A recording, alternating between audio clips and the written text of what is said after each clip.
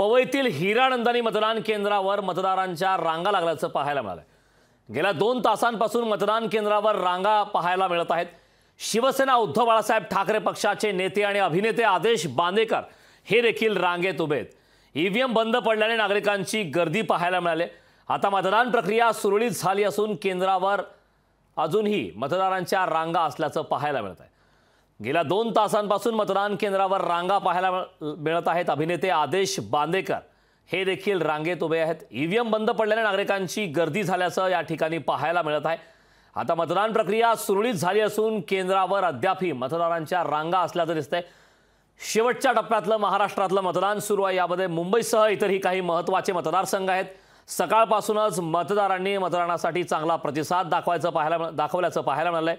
Celebrity उद्योजकांसह सर्वच वर्गातील मतदारांनी मतदानाचा हक्क या ठिकाणी बजावलेला आहे। गेल्या 2 तासांपासून मतदान केंद्रावर रांगा पाहायला मिळतात। अभिनेते आदेश बांदेकर हे देखील रांगेत उभे आहेत। शिवसेना उद्धव बाळासाहेब ठाकरे पक्षाचे नेते आणि अभिनेते आदेश बांदेकर हे देखील रांगेत उभे आहेत। पवईतील हिरानंदानी मतदान केंद्रात मतदारांच्या रांगा पाहायला मिळत आहेत।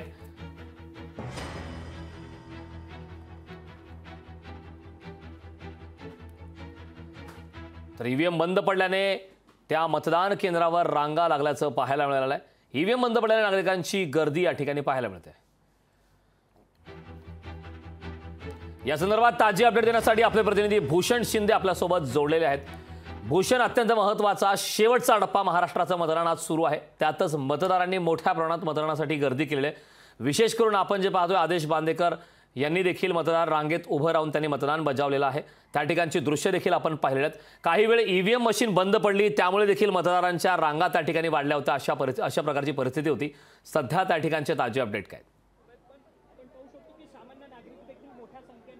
नक्कीच, कारण सध्या आपण पवईच्या येथील हिरानंदानी परिसरात आहोत, जिथे जे मतदान केंद्र आहे तिथे अत्यंत गोंधळ पाहायला मिळत आहे। अनेक नागरिक सकाळी 8 पासून तात्काळ उभे आहेत। स्वतः अभिनेते आदेश बांदेकर देखील इथे आपल्याला पाहायला मिळतात। सर, आदेशजी, काय सांगाल एकंदर कशा प्रकारे गोंधळ पाहायला मिळतो तुम्हाला?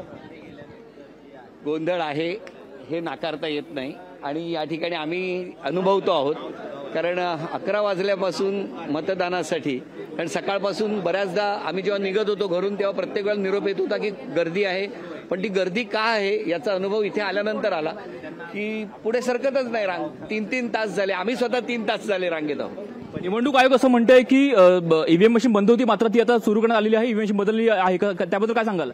नाही, बॅकअप प्लॅन असायला पाहिजे, आणि जर असेल तर 3 तास का लागतायत हा सुद्धा प्रश्न आहे, कारण आम्ही अनुभवतो आहोत ना।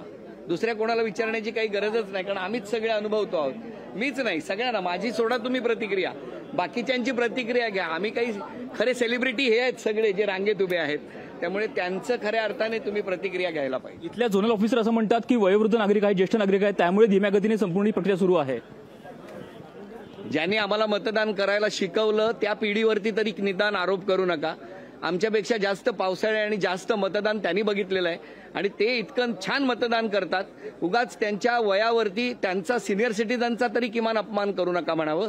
आणि जर सिनियर सिटीजन्स इतके होते 1300च्या यादीमध्ये, तर वेगळी व्यवस्था व्हायला पाहिजे होती।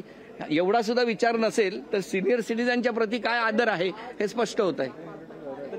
अशा प्रकारे एकंदर नागरिक अजूनही तात्काळ आपल्याला उभे असलेले पाहायला मिळत आहेत। अनेक वयोवृद्ध नागरिक इथे आपण पाहू शकता, अगदी घामाच्या धारा लागलेल्या आहेत। अनेक उकाड्याचा सध्या काळ आहे, उन्हाळा सुरू आहे, आणि एकंदर नागरिक जे आहेत ते घामाच्या धारेने भिजलेले आहेत, संपूर्ण घामाघूम झाले, तरी सुद्धा अजूनही ते वोटिंगच्या रांगेमध्ये उभे असलेले आपल्याला पाहायला मिळत आहेत। अनेक नागरिक इथे आपण अजूनही पाहू शकतो, आणि एकंदर संपूर्ण ही मतदान प्रक्रिया जी आहे ती अत्यंत धीम्या गतीने सुरू असल्याचा आरोप सध्या नागरिक करत आहेत। करण, नक्कीच भूषण, खूप खूप धन्यवाद या सविस्तर अशा माहितीबद्दल।